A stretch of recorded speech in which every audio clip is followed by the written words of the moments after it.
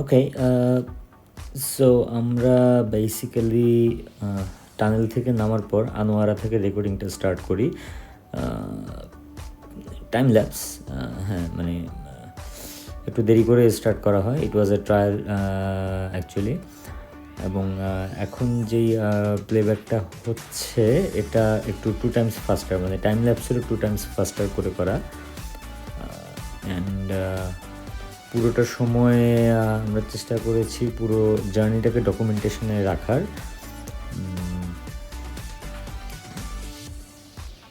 জার্নিটা জেনুইনভাবে বোরিং ছিল। ড্রাইভার চালাচ্ছিল, আমি আসলে ঘুমোচ্ছিলাম গাড়ির মধ্যে, because I was really tired. সকালবেলা প্রথমে যাওয়ার সময় আমি চালিয়ে গিয়েছিলাম, সো এখন ঘুমানো ছাড়া কোনো অপশন ছিল না, এক্সেপ্ট একটা বাজারের মধ্যে এক বাস ড্রাইভারের সাথে অলমোস্ট ঝগড়া হওয়ার উপক্রম ছিল।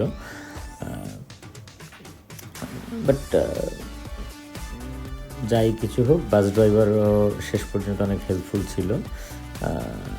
আসলে দিনের শেষে রোজার দিনে শেষ পর্যন্ত সবারই বোধহয় রোজায় ধরে, আর কিছুই না। কক্স টু চিটাগং রোডের সবচেয়ে বড় যে কার্সটা, অভিশাপটা যদি বলি, তাহলে আসলে এই স্লো মুভিং কিছু ভেহিকলস থাকে, সিএনজি, এবং তার চাইতে বাজে হচ্ছে টমটম এরা। আর বাজারগুলোতে আসলে যে যে যার যার মতো ইচ্ছা মতো দাঁড়িয়ে থাকে, এটা একটা খারাপ দিক। এটাই একমাত্র আসলে সমস্যা। এখন কিছু করার নেই, কারণ এই একটাই রোড দিয়ে সবাইকে শেয়ার করতে হয়, যে কারণে একটু বেগ পেতে হয় আমাদের যখন আমরা ড্রাইভ করি, সময়টা বেশি লেগে যায়।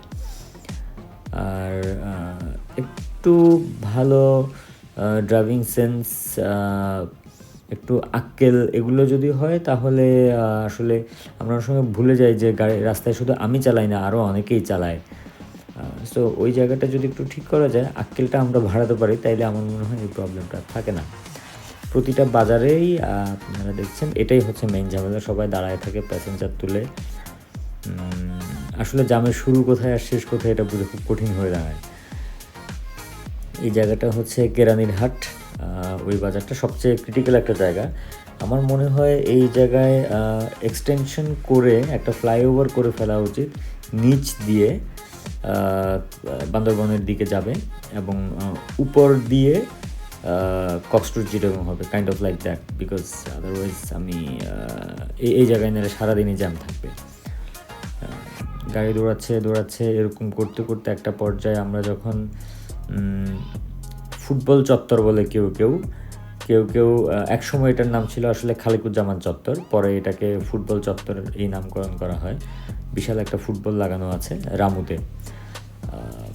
ওই জায়গা থেকে যখন রাইট টার্ন করি আমরা কক্সবাজার যাওয়ার জন্য, তার একটু পরে আমি আসলে অফ করে দেই, বিকজ ভিডিওগুলো ডাউনলোড করতে চাইছিলাম, এবং আসলে বাকিটুকুন ডকুমেন্টেশন করলে কি আর না করলে কি পুরোনো একঘেয়ে রোড।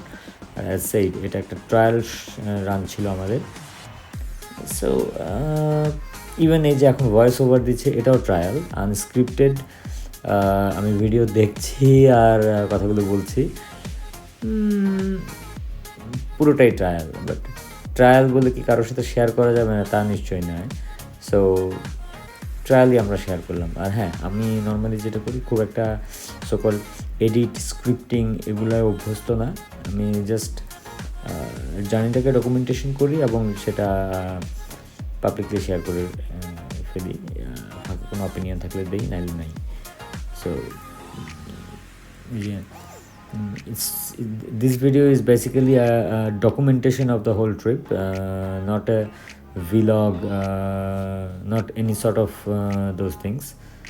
So একটু অলস প্রকৃতির, এত ধৈর্য ধরে এডিট করার মতন মানে এত ধৈর্য আমার কুলায় না।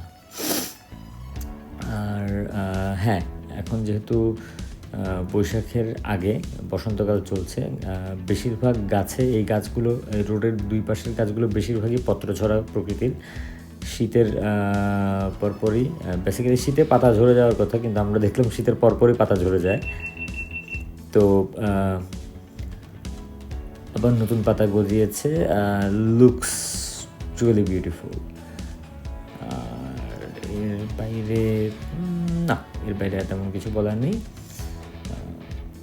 শুনতে থাকুন, দেখতে থাকুন, এই আর কি। Thanks for watching the video and thanks for being with us.